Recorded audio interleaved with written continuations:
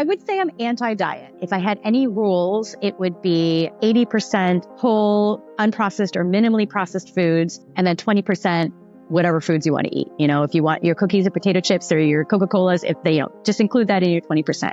Because if you're eating mostly healthy food, then having a couple cookies here and there is not going to kill you. It's not going to do anything. But being able to have those cookies means that you never feel deprived, that you always feel like you can have a treat if you want one. You don't have to miss out on going out to dinner with your friends and ordering dessert. You don't have to miss out on these things if you're mostly eating healthy food. So even in terms of weight loss too, that works, because the problem with restrictive diets is that you're gung-ho. You're like, I'm going to eat only, 1,200 calories and it's only going to be salads. And then how long does that last? 2-3 weeks. And then you're on a binge because you feel so hungry and deprived and horrible. The point is, it's just like moderation. How can we incorporate these fun foods that everybody loves to eat sometimes? How can we incorporate these foods into a healthy diet and still be healthy and lose weight? 100% possible. The Anyas Podcast is to inspire you and other women to reach new business heights. We are showing the human side to business and breaking the myth of overnight success. The Anyas encourages breaking barriers, fostering collaboration, and daring to dream big. The community acts as a catalyst for personal and professional growth, providing a space where women thrive, innovate, and come to celebrate their achievements together. Step into this inspiring new world with us and unlock limitless potential. Hi, and welcome everyone to the Anyas Podcast. Today, Lindsay and I, we are speaking with Anna. She is not only my friend, but a superwoman, basically. She's an integrative nurse coach and nutritionist at her own company, LighterSelf. She has a diverse background. She's worked in an emergency room at a men's prison and also co-owned and operated Body and Soul Martial Arts and Fitness Center. She's been a voice actor. She's been on the road with FC MMA and been an announcer there, and also co-owned Berlin Restaurant Lounge and been a DJ. So what have you not done, basically? Welcome. Thank you. Thank you for that recap of my life. Yes, you've done a lot. Yeah, just to start us off, you founded and operated Body and Soul Martial Arts Center. We're all here super into martial arts and, me, yoga, not really martial arts, but, almost. And also into fitness. What's inspired you to start this center, and also what inspired you to move to Korea? Well, I moved to Korea because my mother is Korean. And so I wanted to get to know my family and my roots. So I went there intending to just study Korean for a semester and ended up finding a job as a voice actor by chance. That's a whole nother story. But for, years after I had been there for a while, I wanted to find a way to exercise. I was like, I need to work out, right? And I hated going to the gym. I didn't like traditional exercise. So I was driving down a street one day and I saw a Taekwondo center. Since I was a little girl, wanted to do martial arts, especially Taekwondo, because, I'm half Korean and it's a Korean martial art. I went to, I think, 2 classes with my brother. I wanted to go so badly. I begged and begged my mom to go. So she kept resisting, but I was begging and begging. And so finally she let me go and she's like, you're going to hate it.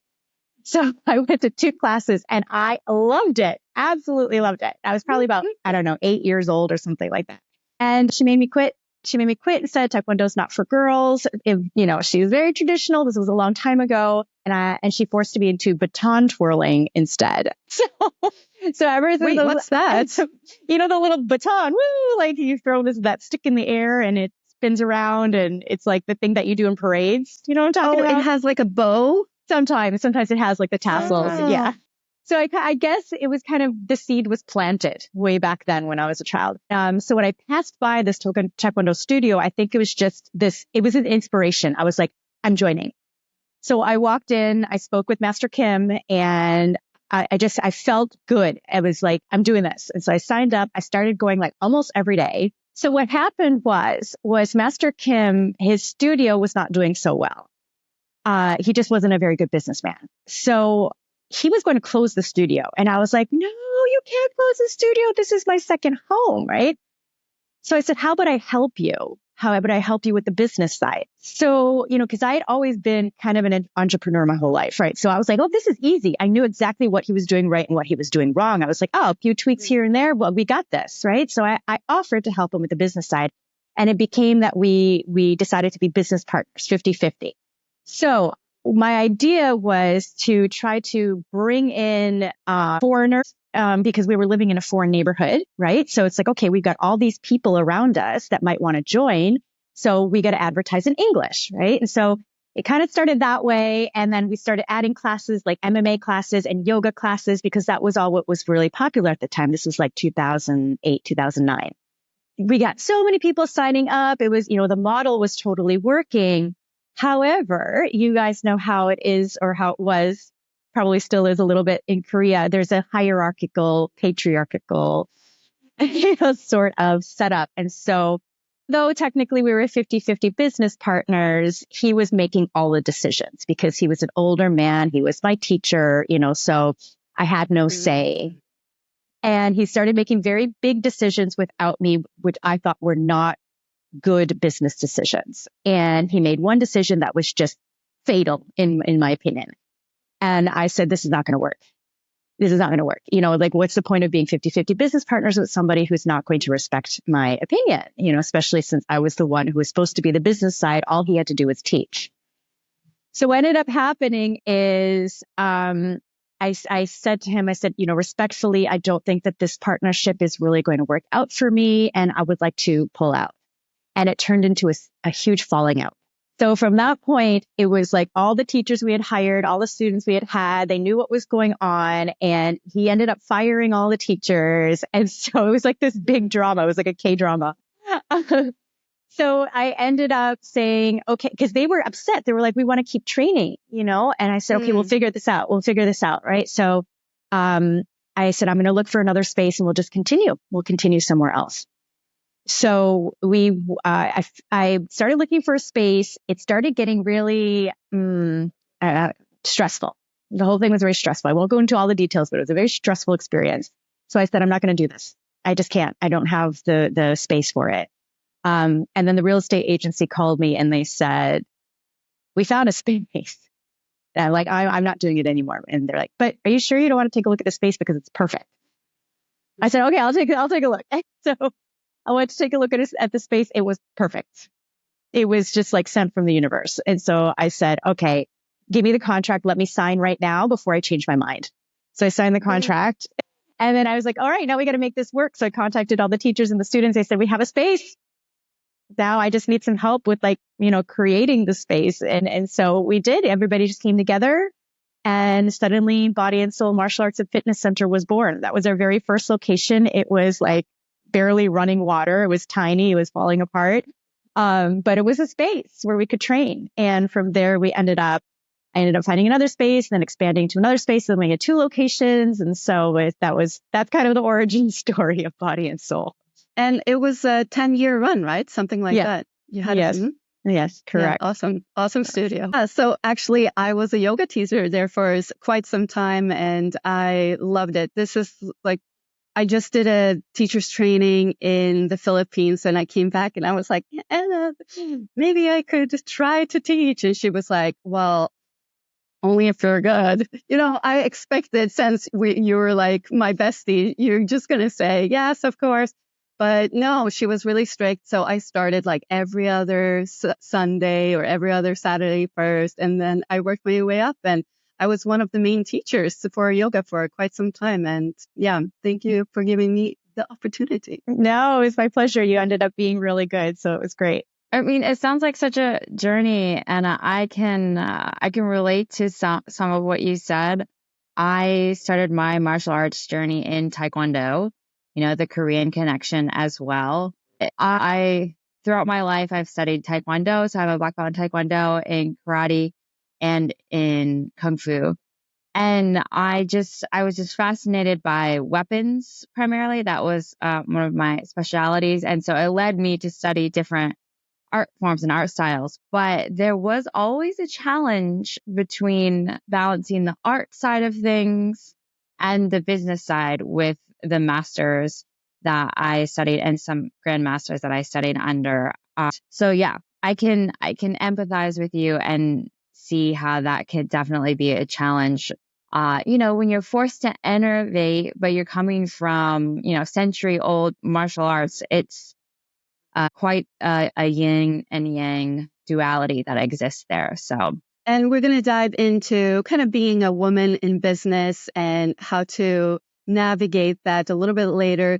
But Lindsay, why don't you maybe go into more of the background and how Anna, ended up becoming a nurse? Like, what made you, then finally leave Korea and get into nursing, basically? So through the fitness center, I realized that one thing I loved was seeing people reach their fullest potential, to get healthier, to get more confident, to just shine, and I remember there was one member who said to me, you know what, Anna, I just went and got my blood tested and my cholesterol level has gone down so much and my blood pressure has gone down and I'm just so much healthier.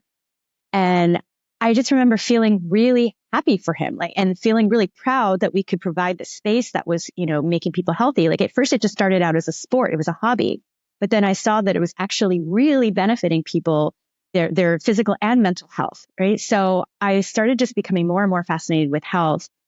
And then I had my own health scare and I ended up in the ER, and it was just like, it felt like it was coming out of nowhere. I thought, well, I'm healthy. What the heck? I don't, I work out all the time. I think I eat healthy, but the thing is that I was completely inflamed from, living in a place that had a ton of pollution, from all of the stress of owning a business. And then I had like 3 businesses at the time. It was just like so much going on underneath the surface that suddenly it exploded, right? And I ended up in the ER. I was having a very serious asthma attack when I didn't even know I had asthma. I had never been diagnosed with it before. So now here I am, like low on oxygen, like having a medical emergency, going, what is going on? It's like, I thought I understood health. I thought I understood the way our bodies worked, but clearly I have no idea. So all of these things. And then also, we had a few members that had autoimmune conditions, and I was like trying to understand. I was like, I want to know more. So when I decided to move back to the US, I was thinking, what is it that I can do? I don't necessarily want to open another gym. Like there's, I don't want to start all over again in another country. And I knew I was into health. I knew from this experience and all these experiences that I was really into health. And the idea of nursing came into my head, and I started researching it and seeing all the different opportunities that come from going to nursing school and getting that education and having that background. And I said, I think this is the route I want to go.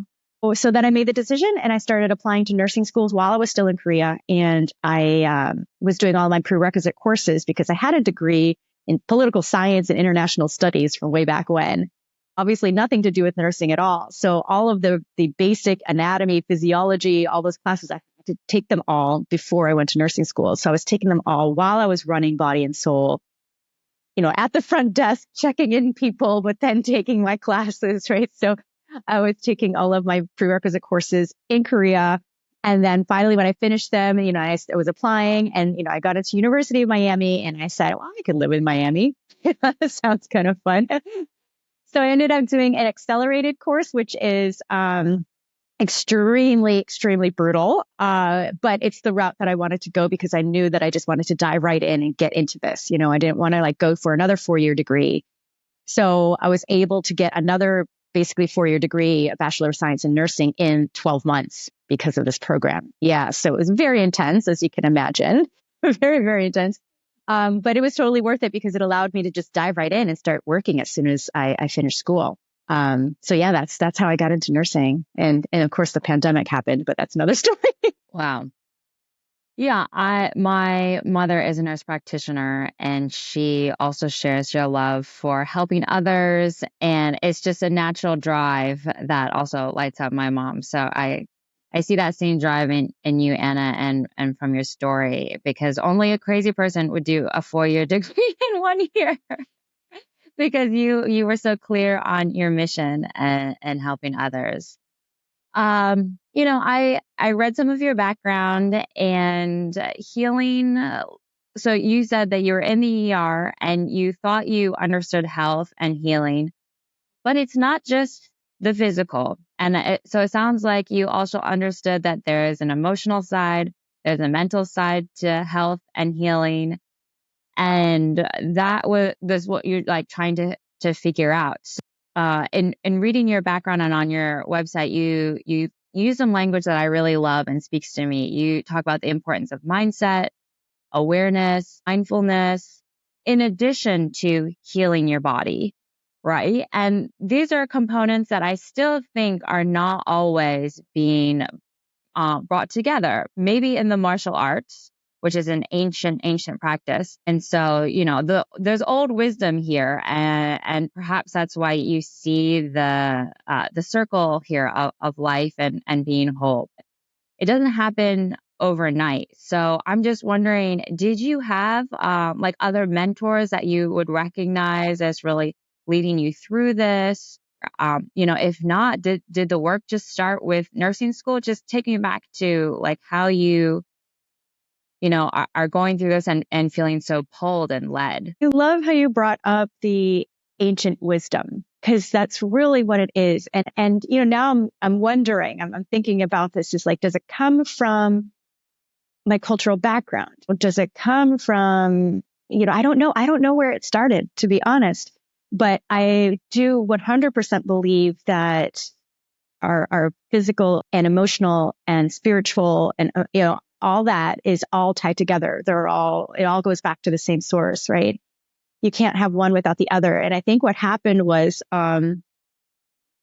it's interesting because being a nurse, I'm coming from the allopathic background, right? I'm coming from that training. However, in nursing school, we did study a lot about how emotions and your mindset and all that stuff 100% affect your health. And I found that really, really reassuring when I was learning that in nursing school. I was like, oh, they're actually paying attention to this. Holistic wellness it's something that you're studying in allopathic schools. So I don't know if that's a new thing or if that's always the way it's been in nursing, but I think it's kind of always been that way. Just because it's traditionally been a female-led, a woman-led career. So I think that we kind of naturally know that the underpinning of health is really all in your mind, and your attitude and your mindset are kind of everything.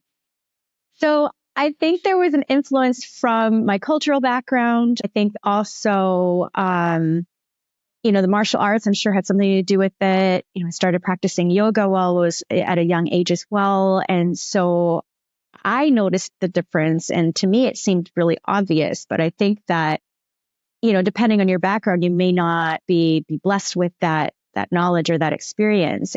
So to introduce that to people has been a real mission of mine, and that it's a really huge component of any of the coaching that I do and the programs that I have. Is like, all right, sure, you got the physical stuff going on, but let's dig deeper, because a lot of times it's manifesting from somewhere deeper or from somewhere in your past.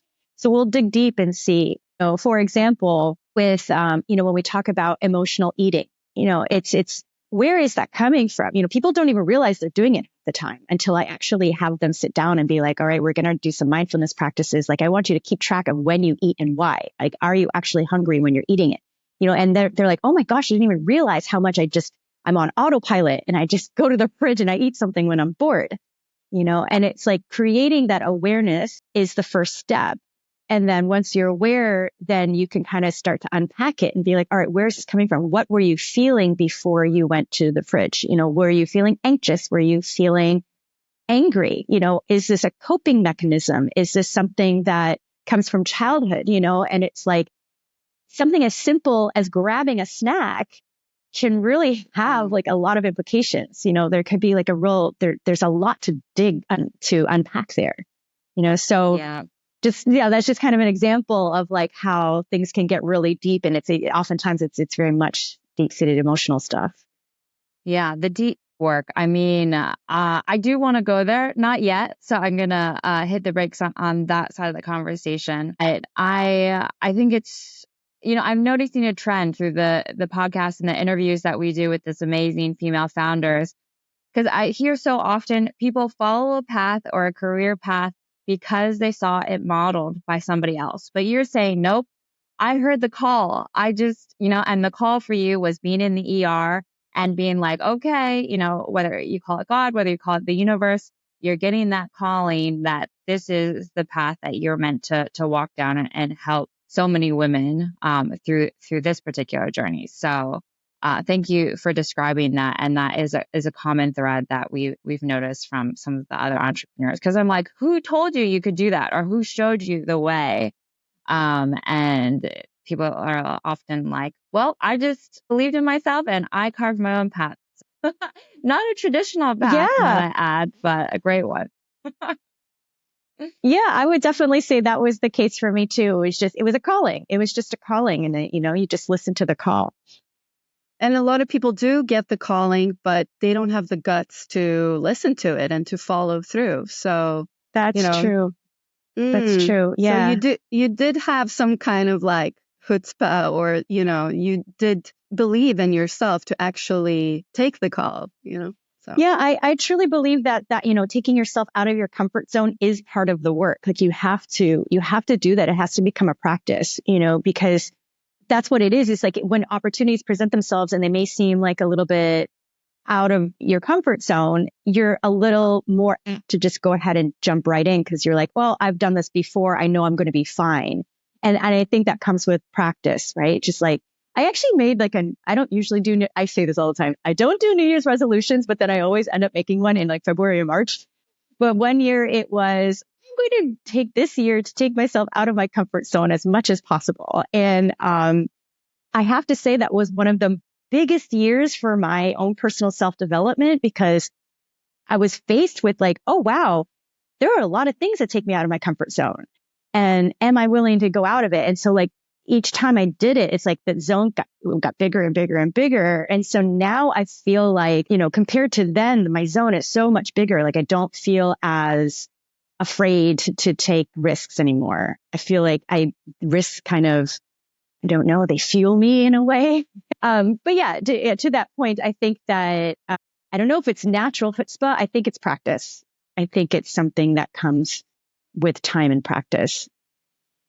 You have to make it a point. Yeah, practice. I mean, I think of the analogy, some people talk about entrepreneurship as jumping off a cliff without a parachute, but then you realize maybe you had a parachute in your back pocket. So you do this practice and you can figure it out along the way.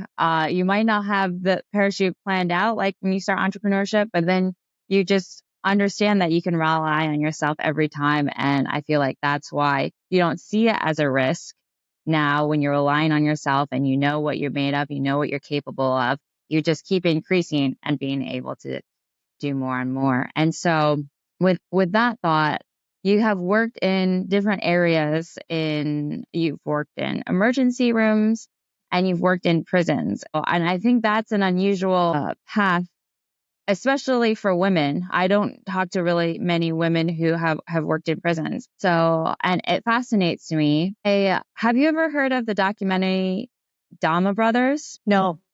Anyone? Monica? Okay. And it's a 2008 documentary, and it takes place in Alabama, where the men in prison are in prison without parole.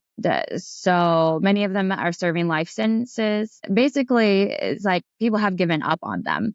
And what it shows is they wanted to introduce meditation to these men as a practice for stress relief, healing, forgiveness. And essentially, the people who ran the prison said, they'll be in here for the rest of their lives. It's not going to hurt. So go ahead. But then they started to see some change. And then there were, people in the deep South were saying, are you trying to say that God isn't the answer? And they were like, no, meditation is not necessarily a form of spirituality. It's just a practice. And it really made life transformations for these men. So I just share that not only for you, but anyone listening. You can still buy the DVD off Amazon, but I happened to watch this. And back in I think it was 2008 or 2009. And it just fascinated me because I do believe, as somebody who's American, that the U.S. prison system is a real tragedy, both for the people who are inside and also the U.S. taxpayers. Now I live in Norway, and the focus is completely on rehabilitation, and the intent is not necessarily a life sentence. So it's just a totally different system and practice and way of treating the inmates. And so I would love to hear your journey and how you got into the prison, as a career path, and a little bit about what that experience was like. I love talking about that time because it was one of the most meaningful jobs that I've ever had. I learned so much from these inmates. I don't think they realize how much they actually taught me. So it happened because there was a job fair as graduation was approaching for nursing school. And there was a job fair and there was one table set up and they were the corrections. It was like an agency that staffs nurses for the different prisons around the state. And I was like, So I went up to the table and started asking questions and they were like, oh, this is nursing's best kept secret. I'm like, of course, I'm intrigued at this point. And they were telling me how, the pay is good and the hours are good and this and that. And so I was like, all right, let me take your card and I'll keep this in mind. So when I was graduating nursing school, I knew I wanted to work in the ER. I knew it hands down, wanted to work in the ER. However, as a fresh graduate, you cannot get a job in the ER. So I said, all right, well, I got to figure out where I'm going to get experience until I can get enough experience to work in an ER or sign up for a residency program. So I did home health, which was basically, visiting people in their homes. It was like, man, this is kind of boring. But I still had that card and the prison was like still calling me. I said, I'm just going to call them. So I called and she was like, oh, you should come down and, I'll give you a tour. And I said, oh, a tour of the prison? Now I'm fascinated. I was like, if nothing else, I'll at least get a tour of the prison. Cool. Right. So I go, they give me a tour. She's so nice to me. And basically by the end of the tour, she sits me down. She's just like basically offering me a job right then and there. And I was like, okay, I think this is meant to be. I felt the excitement. If nothing else, I was curious. I was very curious. And I said, well, it's a job. The pay is good. The hours are good. Like, let's do this. So I started working there right away. And I worked in the infirmary. Well, I worked in a few different departments, but the infirmary is kind of like the prison's hospital / mental health ward / ER / general primary care. It's kind of like everything. It's like where, if an inmate is having any sort of mental or physical emergency or concern, they come to the infirmary. So we saw a lot of different kinds of cases, a lot. And a lot of the things that you see in the prison are things that you will never get to see outside. And so, yes, it was a men's prison. And yes, they were very respectful. People always ask me that if I had any trouble. Like, no, they were actually more respectful than the patients that I had in the ER and in other settings, because they knew we were there to help them. We were concerned about them. We were probably the few people in that entire system that actually gave a crap about them, and I treated them as my patients. I didn't care what they did, where they came from. Like, these are my patients. And so we gave them a lot of care and they really appreciated us for that. And a lot of times it was their time to talk. So as I'd be sitting there, for example, doing wound care, it takes some time. So, we talked and they would tell me a little bit about their background and their story and their dreams and their hopes and their regrets. So I really got to know a lot of them at a really intimate level. Going to your point, Lindsay, I think it is a real shame, our prison system, because just getting to know a lot of these inmates, I thought that the vast majority of them didn't need to be there anymore. They didn't need to be there anymore already. And I felt like with another percentage of them, with just a little bit of rehabilitation, they could totally integrate back into the outside world.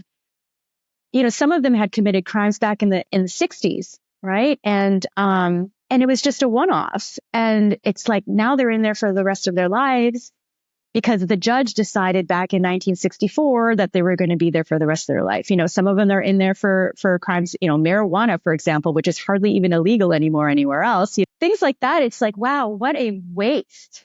what a waste of time, manpower, taxpayers' money. It's just, and one thing that really impressed me about them is because they spent so much time alone and thinking, they were geniuses. Like some of the most innovative people I've ever met were in the prison system because they just were thinking about how they could solve problems. And I thought, wow, if we could just harness all this intelligence, we could solve so many world problems, but instead they're just rotting away, basically. And I also worked in the palliative care dorm, which is, there are a lot of prisoners who are in there for life, their life sentences. So obviously they're going to die in the prison too. So in that dorm is where we took care of the dying prisoners. And that was very, very interesting experience, because for a few of them, they didn't have anybody visit them. They were allowed to have visitors if they were dying, but a lot of them didn't have visitors. It's like their family had given up on them, or they lost touch or whatever it was. And it was kind of sad. I don't care what they did. It's just they had families, they had loved ones, and to die alone in a prison was just what a waste, right? Just a note, I absolutely agree when it comes to marijuana or some kind of financial crimes or such. They are terrible crimes, but I don't know if I agree when it comes to like violent crimes. I don't know if you can rehabilitate that, but that's just my personal opinion. Yeah, I mean, there's definitely, I will agree that there are some that should stay in there because they are a threat to society, but that would be a minority. From my observation, that a minority needs to stay in there for life. The vast majority of them can be rehabilitated. Well, now that I've lived in both the U.S., and was that in Miami or the Southern Florida area, Anna, that you were talking about? I think I should probably, for safety's sake, I should probably keep that a secret. Oh, okay. Yeah. Can we say U.S.? We'll just say that was part of your U.S. work, because I know that we're jumping around between Korea and other US countries, Mexico. So yeah, that was part of your U.S. time. Just losing a train of thought here. Okay, yeah. I was going to say that because I have lived both in the United States and also in Norway, when you take out certain motivators, then it's totally different. Like in Norway, they have a social system that supports people who are out of employment. So they're not motivated to commit petty crimes or violence in order to feed families, to feed themselves, or to know that they're going to have a roof over their heads. So that is a huge reason why you see very little violent crime here in Norway versus the United States. There are these motivators, and it can be very stressful not knowing if you are going to have something to eat or a roof over your head.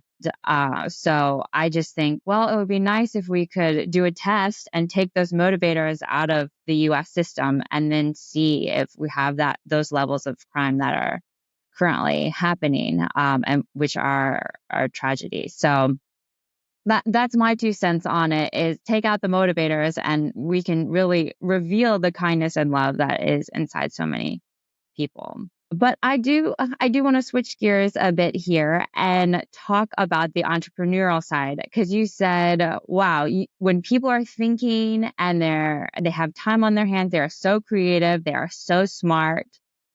Let's turn back to Anna. When did you first see yourself as an entrepreneur, as a boss? Were there natural signs when you were younger and growing up? I will share that when I was in high school, the first time I really felt like a leadership position was when I went to my the Red Cross Club meeting. There was like an after school thing, and I had been told, oh, if you're going to go to college, you need to start thinking about like extracurricular and leadership. And so I went to a Red Cross Club meeting because I felt like that was a great place to volunteer and help people. And I watched the president of the Red Cross Club stand up and run meetings. And I thought, I could totally do what she's doing. So like she was a senior and I was going to be a sophomore. So there was a position, and I was like, oh, I'm going to run for president of the Red Cross Club. And that was like my first experience being shown like I could have a leadership position in life or in the Red Cross Club. Do you have a similar experience of when you felt like that was a place for you? I mean, I started my first business when I was 8. I don't know how much of a business it was, but it was the Pigpen Club, and you had to pay 25 cents to be a member. And with the membership, you got a monthly mail out, which included stickers. I would draw like this little squiggle, and you had to finish the squiggle and turn it into art. And I would vote on the best, and whoever, won would get some sort of prize, which was probably just more stickers. So I think I had 3 members. 2 of them were cousins. One of them was a girl down the street. But it kind of started there. And then after that, I started making friendship bracelets. Like I'd be in class, teacher's talking, and I'm down here like making bracelets. And I was selling them, and you could order them from 5 strand to 30 strands, right? And I think that was when I was 10. So I've kind of always been a bit of an entrepreneur, just always like, what can I sell? What can I do here? As far as leadership goes, I think I was a bit of a bossy kid. I think that's where it all started. I was just a bit of a control freak.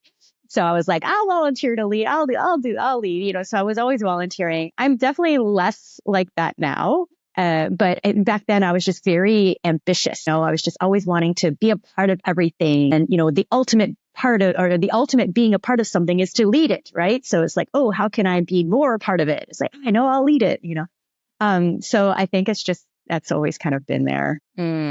Nice. Yeah. And I mean, from 8 years old and stickers and pens, now you started your own business. I would call it a new business, but I don't know if it looks like you're approaching your 1-year anniversary with LighterSelf.co. Can you share just a bit more about this venture and the point at life you were when you decided to start this particular business? So I was getting burnt out in the ER. I worked throughout the whole pandemic, and it was in Florida at a very busy ER while it was the epicenter of the pandemic. So we had a lot of patients. We had a lot of deaths. It was at the point where we had to put an extra trailer outside the ER to store bodies because the morgue was full. Like it was just absolute insanity. So we were busy. And then it was also like the corporation, the hospital that I was working for, they did some underhanded things, and they were really taking advantage of the hospital staff, taking advantage of the nurses. And so we were overworked, underpaid, burnt out. I mean, all of this is... I cannot explain how hard it was. And they would just try to make up for it by buying us pizza and calling us heroes, like, remember that whole thing? Like, take back your pizza, just pay us, So needless to say, it took a toll on my health, it took a toll on my mental health, really. I was just so tired all the time. And so I'm like, is this all there is? When is this going to end? So I knew that my time in the ER was coming to end. I just knew it. And I said, okay, what's the next step? And so one thing I missed about, comparing the prison with the ER, for example, in the prison, I got to spend time with my patients. I got to talk to them. I got to get to know them. I got to follow their journey. Whereas in the ER, it was like, treat them and street them. It's like you save their life and then you move them to the ICU or you discharge them or whatever. It's like you never really get to follow their journey. You never really get to really work with them and see how you can help them improve their health. And so I really missed that. And so I decided to enroll in a nurse coaching certification program. So integrative nurse coach is basically a nurse who is also kind of a health coach. And so we employ a lot of holistic modalities. So we have the allopathic background as well as being trained in holistic modalities as well. And so we're trained to really sit with people and sit with patients and try to figure out how to help them reach their health goals, whatever those might be. I did that knowing that was going to be my next step. However, nurse coaches are not covered under insurance, right? So we all have to have our own practice in order to work. That is changing. I heard the rumors that in 2026, we are going to be covered under insurance, and that's going to make all the difference in the world because the people who really need this work are people who usually can't really afford it, so it's unfortunate. So once we're covered under insurance, we can really, really start really making a difference in people's lives. But right now, anybody who works with a nurse coach has to pay out of pocket. And we have to have our own practice because some nurse coaches do work out of clinics, but it's pretty rare. So knowing that, I was like, all right, I have to have my own practice now. And so, yeah, I decided to just, go ahead and start my own practice. And it is currently expanding. I decided to start with a holistic weight loss program specifically for women over 40, because I truly believe it's like kind of like, if you remember Maslow's hierarchy, you start with your basic needs at the bottom, and then you can reach, self-realization, self-actualization, maybe even self-transcendence. But it starts with the basics, right? And the basics include feeling good in our bodies, feeling connected to our physical beings, feeling healthy. And so I wanted to help women who are ready to do that, but just don't know how.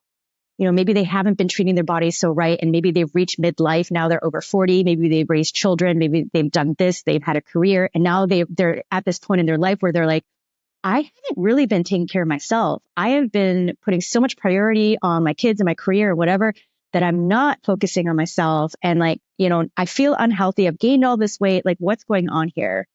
So, and then there's the changing hormones, which are always fun, right? And that starts around like your 40s as well. So there's that to deal with. And so this is where I come into play. So this is kind of what my program is to help these women be like, all right, let's get your nutrition. Let's start you getting, being more physically active. Your hormones, let's try to support those, like get better sleep. Let's reduce your stress. Like, let's do all these things to help you look and feel your best. It's your time. It's your time to shine. Like, these should be your best years. So that's really what my program is geared towards. And yeah, so that's what I've been really working on the past year or so, but lots of ideas that I've got. It sounds like you're living the dream to me. I mean, living in Mexico, helping hundreds of women gain self-confidence and mindfulness. But it sounds like you have plans to grow. What are some of your goals, either for yourself or for your business this year? So goals for myself would be to find better work-life balance, because you know how it is when you start a new business, you get completely obsessed, especially if you're an entrepreneur, right? You're just like, I gotta make this work. I gotta make this work. So, trying to recalibrate that, I think is a goal for mine this year. And, get things a little bit more streamlined so I can kind of step back a little bit. But for the business, I actually do have a lot of ideas to expand the programs. I still really do want to work with women over 40. That is, my ladies, but, expanding more programs, like not just holistic weight loss, like maybe go more into like the emotional, psychological stuff, maybe helping women who have certain health conditions, reversing prediabetes, helping them if they have heart disease or any sort of autoimmune conditions, kind of like reweaving my nurse background back into it, and, going a little bit that route. But since I'm in Mexico, one of the reasons I'm here is because I was helping out with retreats last year. And so I want to actually focus now more on doing my own retreats.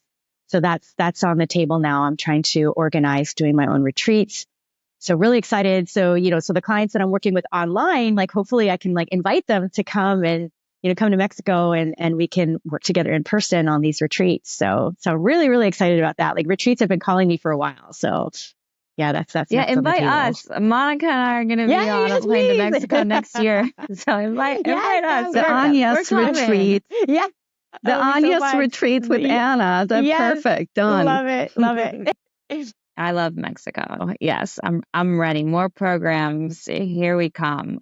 I think that's great. And I wish that women over 40 or under 40, I wish they would hear the call to focus on themselves before it's something like ending up in the ER. And, that was when you decided to examine what was going on a deeper level.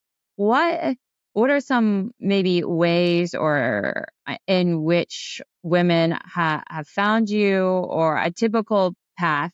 We can just, use a Jane Doe pathway for how they come to the conclusion, it's time for me to make a switch or a change in my lifestyle. That's a great question. I think that for some women, they just know. And, there have been a couple that just came to me. They found me and they're like, you're exactly what I've been looking for, because they knew that they wanted to make this change. Some of them need some nurturing, and that's where email marketing and, social media, all of that comes into play, because it's just like, every day I'm posting content about how things can be different. And, we can improve our health. It's never too late, and maybe you're feeling these things and I can help you with these things. Some of them need some time, right? And so that's kind of how all the social media and the email stuff works, is like, it's like they might need a little bit of time to make that decision to pull the trigger, right? I think that for a lot of women, it's like, especially once you get into midlife, you're like, well, I've been this way for a while, nothing's going to change. And so it's hard to, that switch needs to go off. It's like, okay, it's time. I'm tired of this. Right. And, I can think of one of my clients. It was like her son had moved out of the house and she was like, well, now it's time to put that back to normal. So I can think of one of my clients where she was like, oh, it's time to move back, or my son has moved out of the house. It's time for me to focus on me. And so, that for her, that was it. She was like, it's just me in the house now. It's her and her dog, right? It's like, all right.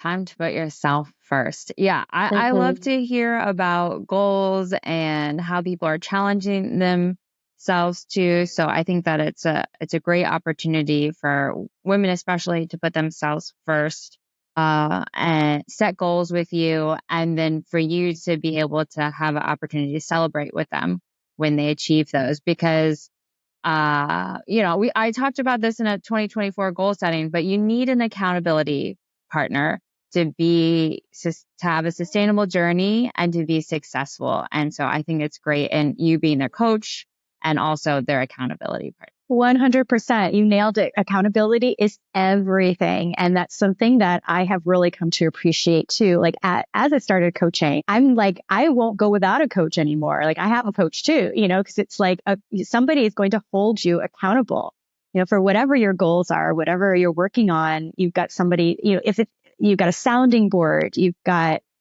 a cheerleader, and you've got somebody to make sure that you're staying on track. So there've been tons of studies out there to show that accountability really is the trick. It's if you have a goal to reach, success is going to be like 95% if you have a particular accountability partners. So that's everything. Exactly. I just wanted to say, how do you hold your clients accountable? Yeah. So, we have like weekly modules and they have weekly action tasks, so something tangible that they have to complete. And then we also meet one-to-one online each week. So yeah, definitely, and we have goals, they set goals, and, of course I write down the goals, and the goals are like, there's no shame if you don't meet them, because there's a learning lesson. Like if you don't meet the goals, we examine why and we unpack that. And we're like, okay, what can we learn from this? And so there's always some sort of learning lesson every week, whether they reach the goal or not. Nice. It's a journey. Yeah. And I also see a bit of a shift in the West, I think, from growing up when it wasn't so much of a holistic approach when it came to weight loss or just, being healthy in general. It was like, okay, take this pill and, do this exercise, or it was just like so focused in on just one thing, like don't eat, basically. Right. I remember my mom was like constantly on a diet, constantly. In Europe, we had something called Nutrilett powder, and which, made you super gassy. So I just remember like the constant struggle of my mom. And then, I also have my own food journey, not so much with eating too much, but maybe like restricting myself a little bit too much. So I do like the fact that the West, like Europe and the States, are starting to look at health, in alternative ways. The whole like food is medicine movement, I love that. And I did want to ask you, like, if somebody is looking to optimize their health and also their metabolism or hormones, like what kind of food do you recommend? Well, yeah, it's kind of individualized, but at the same time, there are some general principles, right? The more whole and unprocessed or minimally processed foods that you can eat, the better, because they're going to be more nutrient dense, right? They're going to have fiber. Fiber is absolutely your friend. Fiber is going to help with your hormones, your metabolism, with your cardiovascular health, with like everything. Like most women or most people in general aren't getting enough fiber. And so this is kind of one of the first things I push is fiber. Protein is super important. That's your salad. Yeah, That's absolutely. Your salad, right? Yeah. So it's going to be fruits, vegetables, whole grains, beans, all that kind of stuff. So like the more variety of that you can eat, the better, because then you're getting a lot of fiber, and then you're also getting stuff to feed your gut microbiome. You need a variety of fiber to make sure that you have diversity in your gut. So that's all really important. Also, as we're getting older, especially, we need more protein, and most women aren't getting enough protein. So we need more as we age, because we're losing muscle as we age. And so in order to retain that muscle, we need to eat protein. We need to do some resistance training. So there's a lot of things that happen as we're getting older that we have to adjust for. And, it's stuff that we should be doing as we're younger too. But, the game is a little bit different as we age. Yeah, the Nutritel, it sounds like Slim Fast. Yeah, I think that's probably the US version. It's a shake, right? Like it's horrific. Disgusting. Horrific. Yeah. I went on my first diet when I was 12. So I've been through all of them. Like I had my own journey, and diet culture is real. And it's really hard to break away from that mentality of eat less, exercise more, eat less, exercise more. Well, that doesn't necessarily work, because you're damaging your metabolism. You're really ruining your health by living in that mindset. Like we should be thinking more, what more can we add? What more vegetables can I eat? Can I add more fiber? Can I add more protein? Like what can, instead of taking things away, what can we add? And I think that's kind of like the shift that's happening. Oh, I love that. And you also mentioned the gut. So it's been, a trend to really start to pay attention to your gut and how important it is. So to eat fermented food. And of course, in Korea, that's big with kimchi. So I also started fermenting my own cabbage, so more into sauerkraut. But maybe you could talk a little bit more about the connection with the microbiome and health in general, and also perhaps weight loss. Sure. Yeah. So there's a lot of research out there and that's showing the importance of a healthy gut microbiome as it relates to your overall health. And that includes your mental health as well. I think a lot of people don't realize that I believe it's 95% of serotonin is produced in the gut. So if you have an unhealthy gut, you're not optimizing your serotonin production, right? So that's going to affect your mood as well. So there's a lot of really interesting research out there. And it's kind of like the last frontier, or the newest frontier, probably not the last. They mapped out the DNA, and now it's like, okay, let's map out the gut. And I think that's what they're trying to do now, is figure out like, what kind of, what the microbiome looks like and how we can optimize that. And what they're seeing is that we're all born with a different type of diversity. So it's very unique to our own bodies. And so that's kind of really interesting. But yes, it is very important for your health. There is a lot of stuff still up in the air though, so it's hard to really make general recommendations. For example, probiotics. People are like, oh, you should take probiotics. Not necessarily true, because if you're taking one specific probiotic, it may disrupt the diversity of your own personal gut microbiome. Right? Because you haven't been tested for specific bacteria and all that. So it's interesting stuff. It's like, I don't know what to do anymore. I can say that it's, based on the research that we have so far, probably the best advice would be to eat a diversity of fiber-rich foods. So get as many fruits and vegetables and beans and whole grains as possible. That's going to really feed your gut. That's kind of the only real consensus that we have, is like to eat more of those foods for your health. And fermented foods. Yes, absolutely. Fermented foods are very helpful for the gut. Yes. Last week, I watched on Netflix, I think the show is called Hack Your Gut. And that's the takeaway from that as well. I mean, they go into the science part of which you were discussing and mapping it out and showing that we each have a unique microbiome and how that takes place, even amongst identical twins, how it can play a different role. But yeah, that was a takeaway. They were like, if anything, science is showing us as many different fruits, whole vegetables, whole grains as you can put in your diet, that is going to benefit you and get you to health. It's not like a magic pill or one magic vitamin. It is the diversity that really is seen to be beneficial. So I saw that and I thought, oh, wow, very, very, very interesting. And a different health practice than what I was taught when I was growing up. Absolutely. Yeah. And now they're talking more, instead of paying attention to the prebiotics and the probiotics, now it's all about the postbiotics, right? They're finding it's the postbiotics that are actually affecting health. Yeah, it's a whole thing. What's that? What's that? I've never heard of it. The postbiotics are the compounds that are produced. So after things are digested by your gut microbiome, after the bacteria digest things, it's the compounds that are produced from that digestive process. So these are the postbiotics. So it's like bacteria poo, I guess. One way you can look at it. But they're finding that that's actually what is affecting our health is more of that than anything else. Yeah, it's a pretty new field, and I'm really excited to see what comes out of it. Yeah, fascinating stuff. Yeah. Do you recommend any kind of specific diets like keto or paleo or being a vegetarian, or is that just up to anyone?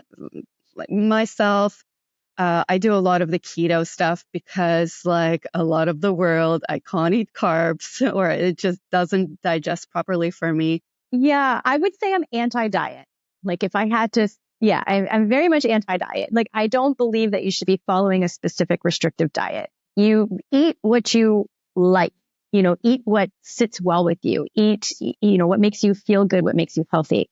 I would say that if I had any rules, it would be, there's that 80-20 rule going around. I don't know if you've heard that, which is basically 80% whole, unprocessed or minimally processed foods, and then 20% whatever foods you want to eat. If you want your cookies and potato chips or your Coca-Colas, if they, just include that in your 20%. Because if you're eating mostly healthy food, then having a couple cookies here and there is not going to kill you. It's not going to do anything. But being able to have those cookies means that you never feel deprived, that you always feel like you can have a treat if you want one. You don't have to miss out on going out to dinner with your friends and ordering dessert. You don't have to miss out on these things if you're mostly eating healthy food. So even in terms of weight loss too, that works, because the problem with restrictive diets is that you're gung-ho. You're like, I'm going to eat only, 1,200 calories and it's only going to be salads. And then how long does that last? 2-3 weeks. And then you're on a binge because you feel so hungry and deprived and horrible, right? So the point is, it's just like moderation. Like how can we incorporate these fun foods that everybody loves to eat sometimes? Like how can we incorporate these foods into a healthy diet and still be healthy and lose weight? It's 100% possible. And it's exactly what I, help my clients to do. And, we've seen the results. So it seems it's far more sustainable, because when it comes to health and weight loss, it's a lifelong journey. And so you have to be able to find a way that's sustainable, that's going to work for you for the rest of your life, not just like a diet for 3 weeks and then keep repeating, rinse and repeat, It's like, how can we just adjust things and have balance for the rest of our lives so we don't feel like we're always on a diet? Absolutely. And then you have some desserts that can be healthy as well. Instead, if you're actually, trying to lose weight, you can then make a banana ice cream and banana and ice cream instead of an ice cream. Perhaps there are some healthy, yummy desserts that you can actually choose as an alternative. So absolutely, for sure. I'm sure a lot of these recipes. Yeah, and but it takes some time for people to change their palate, right? If they've been eating mostly like processed foods and takeout and stuff, it's hard for them to appreciate a banana and ice cream at first. But with time, as they start eating more of these fresh foods, then your palate changes. Oh, like you want less sugar, you want less salt. And then suddenly the banana ice cream tastes amazing, but it's all part of the journey. Yeah, I went through my own health journey and I had to cut out sugar completely. And at first it was so difficult because it's highly addictive. Like studies have shown that it lights up the same paths in your brain, such as cocaine. So it is very addictive. And at first I was craving it a lot. But after about a year, I would say completely gone. I actually eat now when I even have a candy, I'm like, it just tastes too intense for me. Yes. So yeah, I have slowly introduced sugar back into my diet, but not too much, just here and there. So definitely keeping a balance is key. I love that 80-20 rule. It's a good one. Yeah. So how do you like help clients understand this body-mind connection that you're talking about? Right from, I'd say from the very beginning of the program, I introduced the concept of mindfulness and paying attention to habits and eating patterns. And I have them do like a whole workbook actually about just focusing on when, why, how you eat, right? Where are you sitting? What are you doing when you're having your meal? What are you thinking about? What mood were you in? How hungry were you? It's like really getting in there to just start being more mindful. And so that really helps people to become more self-aware of their eating habits and the patterns. And so from there, we start to see what can be adjusted. Because the thing is like, you can't change unless you know that there's something to change, right? So we have to create that awareness first. And once that awareness is there, they're like, well, I didn't realize I was doing that. I don't want to do that anymore. It's like, okay, you've made the choice. Because everybody's their own agent, right? Like they have to want to do something. I can't tell them, you got to do this now. It doesn't work. Like we have to work together as a team where like they come to the decision themselves. This is something that I want to change. I don't want to do this anymore. So, okay, how can I support you in that? So they decide what they want to change. And then together I support them in establishing that change. And so it's all coming from them, really. I mean, this is all the stuff that they want to do. But the first step is to create that awareness. Yeah, makes a lot of sense. So we got to talk about it. It's trending everywhere. Everyone is taking it apparently. But Ozempic, is that something that you would ever recommend to someone? And, I've watched a few different interviews with people, and there's some brutal side effects people are, experiencing. But yeah, maybe it's helpful for somebody. What's your take on Ozempic? Yeah, I have Can very you mixed explain what it opinions is? about I've Ozempic. never heard of it. Okay, so Ozempic is an injectable drug. It's injected once a week, I believe it is. And it was originally designed to help lower A1C, which is a blood glucose level, for diabetics, really. So it was originally a diabetes medication.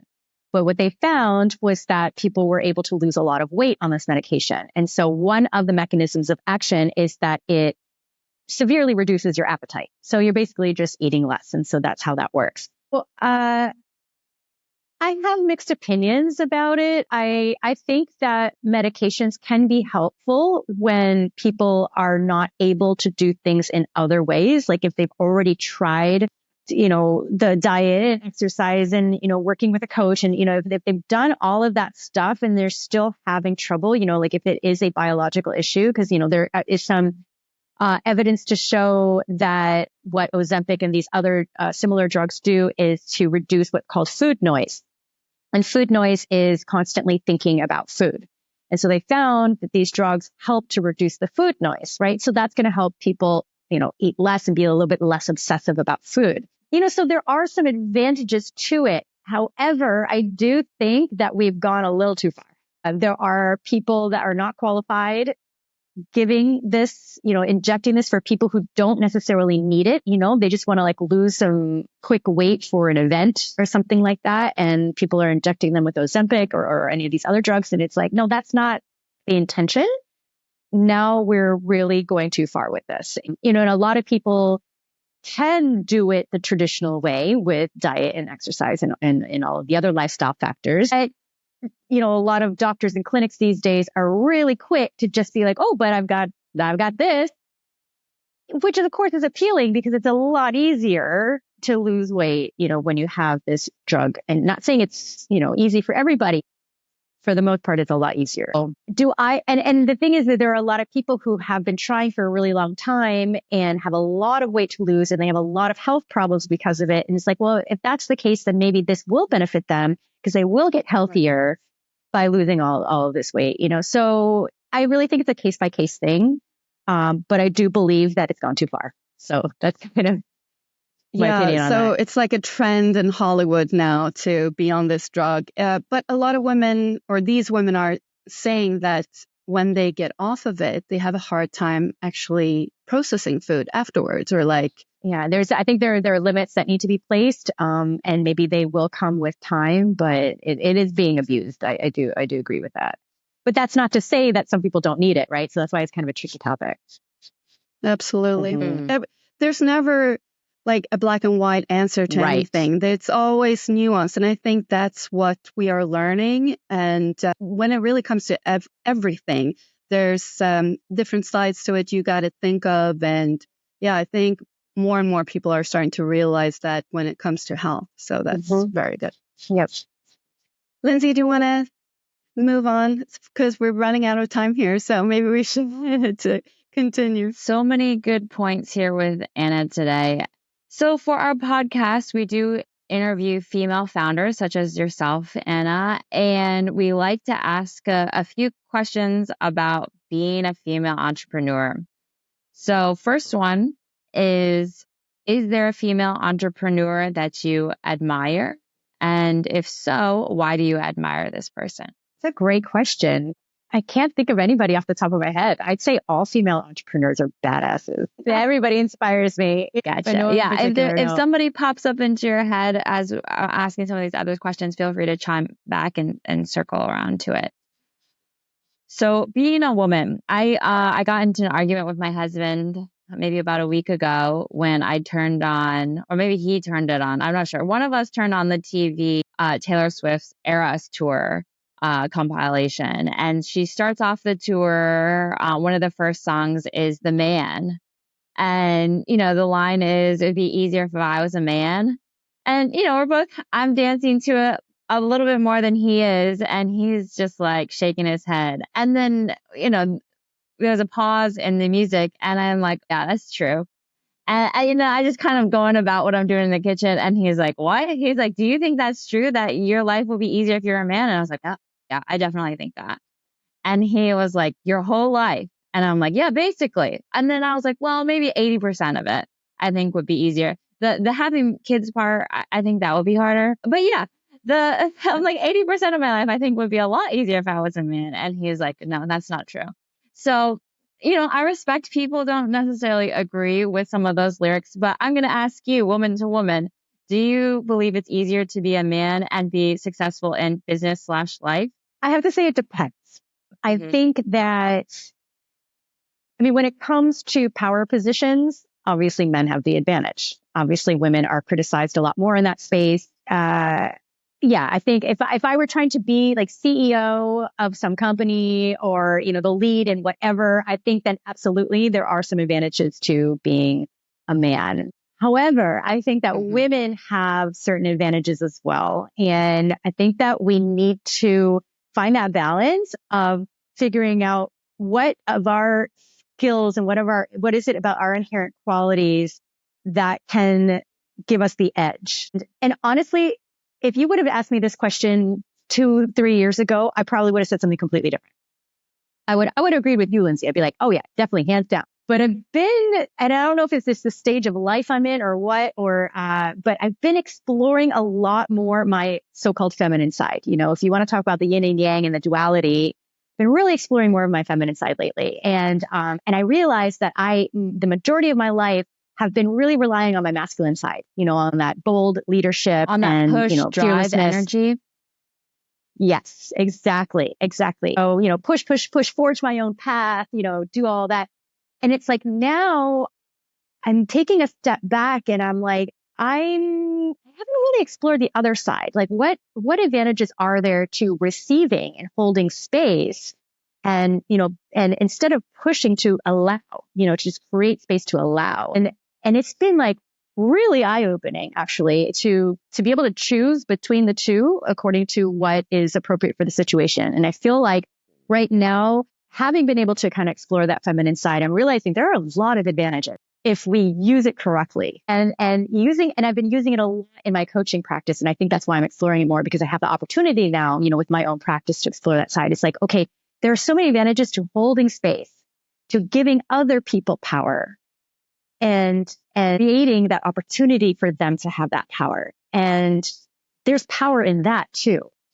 I think I might be talking a bit in the abstract, but okay. I hear what you're saying. I think early in my career, I would lend towards the masculine energy side. So if I was perhaps interviewing a client, and then I would try to think of the perfect question and push so that I could push them into a certain sale or into a certain area. But then as I got more mature in my career, I would explore the feminine energy more and just let the conversation flow, take a lot more pregnant pauses and let them come to their own conclusions rather than me trying to push them forward in the direction I wanted them to go. And I feel like that's parallel to what you're saying with your own practice and the business that you're in now. Absolutely. Yes. Yeah, the perfect example. What advice would you give to other women looking to start their own businesses? Just start. Take messy action. It doesn't have to be perfect, because this is a mistake that I made a lot in the past. It's like, it's got to be perfect. I got to have everything laid out. I've got to have an exit strategy. I've got to do this. I got to do that. All this time wasted actually building the business was spent trying to plan the business and trying to plan it in a way that it's like, you can't predict how things are going to go. You start a business, it might take a completely different direction than what you originally intended. That has 100% been my experience. I had one thought, I had one plan, and then as things go, I'm like, wait a second, no, I'm going to pivot here, or I'm going to change completely, or I'm just going to tweak, and that. So it's like, just start, take what you have and do something, and each day or at least each week work on it, do something to make progress. And eventually all of a sudden you have a viable business, and you can always tweak it as you go. Love it. I think that's the second time in 48 hours that I've heard the phrase messy action. I don't even know if I had heard it before 48 hours ago, but I listened to this interview with Miss Excel, and she talks about how when she created her first course, so she has now, made $100,000 in a day selling courses, but her first course that she ever did, she took messy action and she shot everything on her iPhone.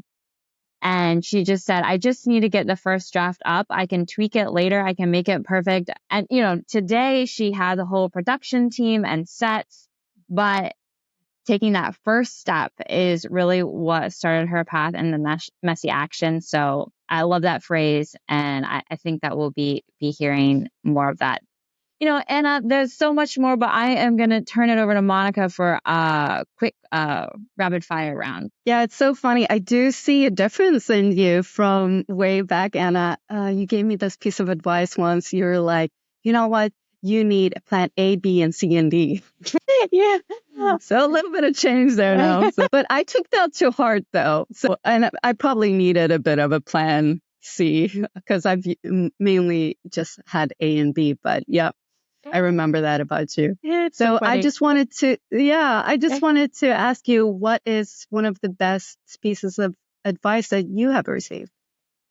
That I have received, be your authentic self and stay true to what it is that you're doing. Stay true to what it is that you believe in.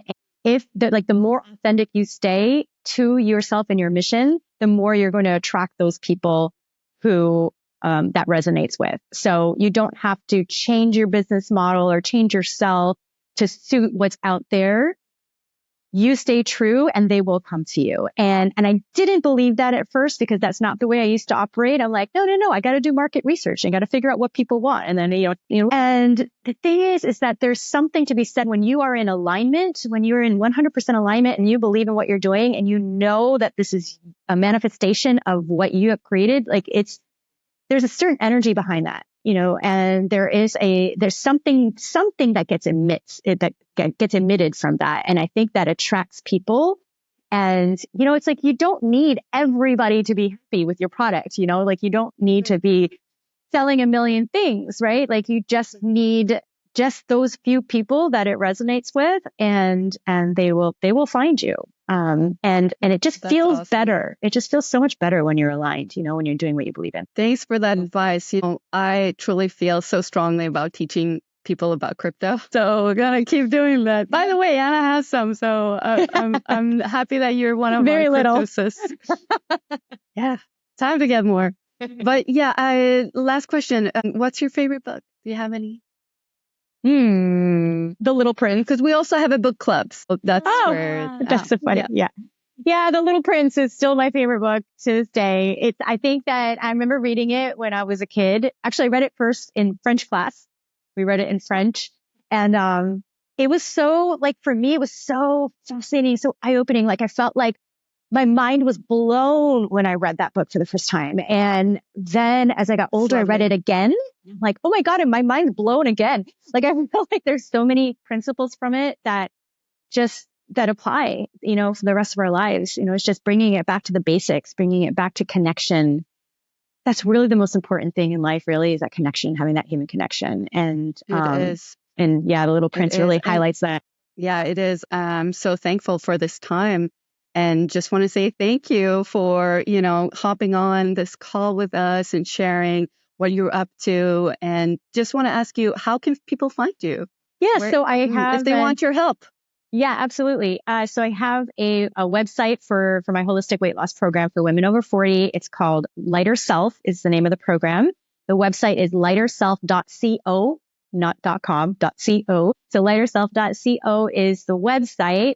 And then I also have an Instagram. It's my name, Anna Desmarais.rn. And that's all for that program. Now I'm as you know, I'm expanding this year, and I'm going to start doing retreats and all that. So that's going to go onto my old Instagram page, which is Anna Mizzou right now. So right now it's private, but I'm going to make it public soon. So anyway, you can still add me, even though it says it's private. But there's going to be a lot of stuff happening on that page very, very soon. Oh, wait. Yes. Thank you again for this time, and, sharing your knowledge with us, and how important it is to just eat healthy, lots of salads and fermented food. The solution isn't really in one pill. It's not about probiotics. It's not about Ozempic, but it's about the entire thing and taking care of yourself. I'm really looking to not only what you eat, but what you think and how you treat yourself, because it's all so connected.